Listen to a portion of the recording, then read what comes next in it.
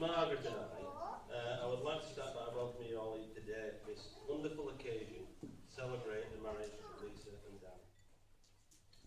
I would especially like to welcome those who have travelled some distance to be here today, and especially those from across the water. And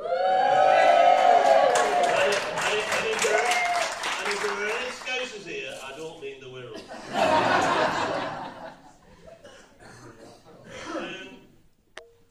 It means so much to Lisa and Danny to have all their family and friends here today. The only family missing are Aileen and Daniel, who are back in Dublin with their new baby boy Dara, but I'm sure they are here with us in spirit.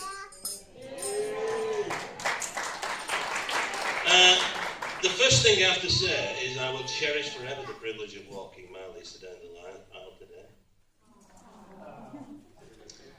It was a bit frantic in our race this morning,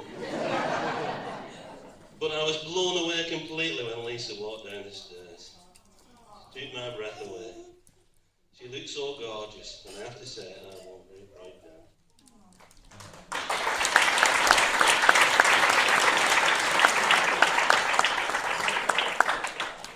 The wedding ceremony at Our Lady's Church was very special, and a special thanks goes to Father John from Our Lady's and to Deacon Jim from St Aidan's. Also, having the music group from St Aidan's meant a lot to Lisa, as she was part of that group for 6 years. It was nice to have the connection with St Aidan's, as the school and church have been a big part of Lisa and Margaret's life. I would now like to officially welcome Danny into the Merry family.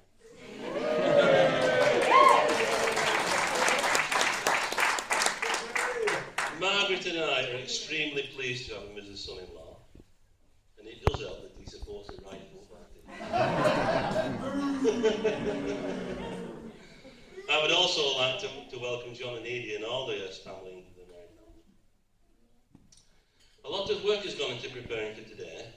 Margaret and her friend Josie have spent many hours making bridesmaids' dresses, ties, etc. I'm sure you will all agree that they look really stunning.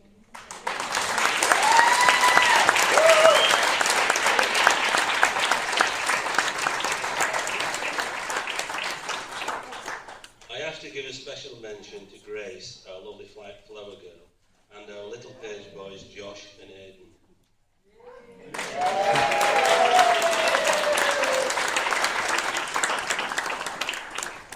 It is really nice after so many months of planning and a lot of hard work to see everything come together so well to make this such a very special occasion.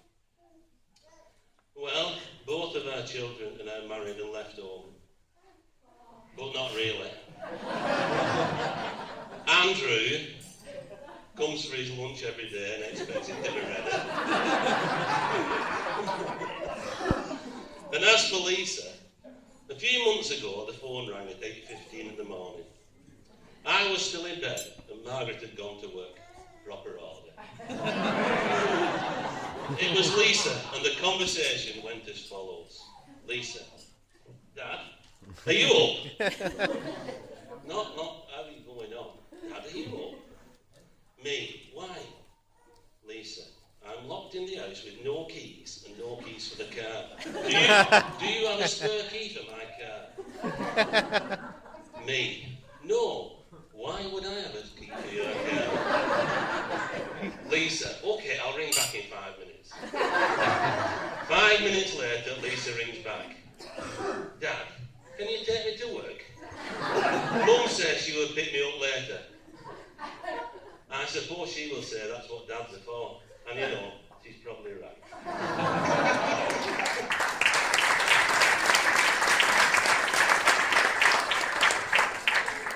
Whilst I'm on the subject of Lisa, I could talk about her all day long, but I shall keep it brief.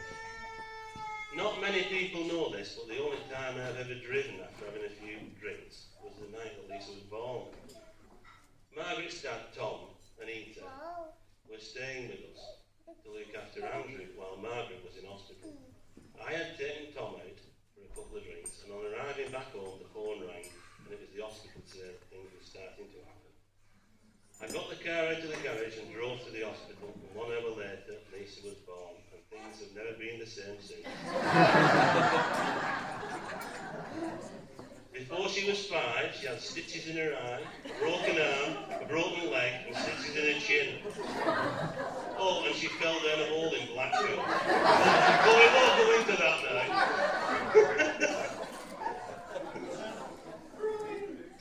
What a girl, life has never been dull.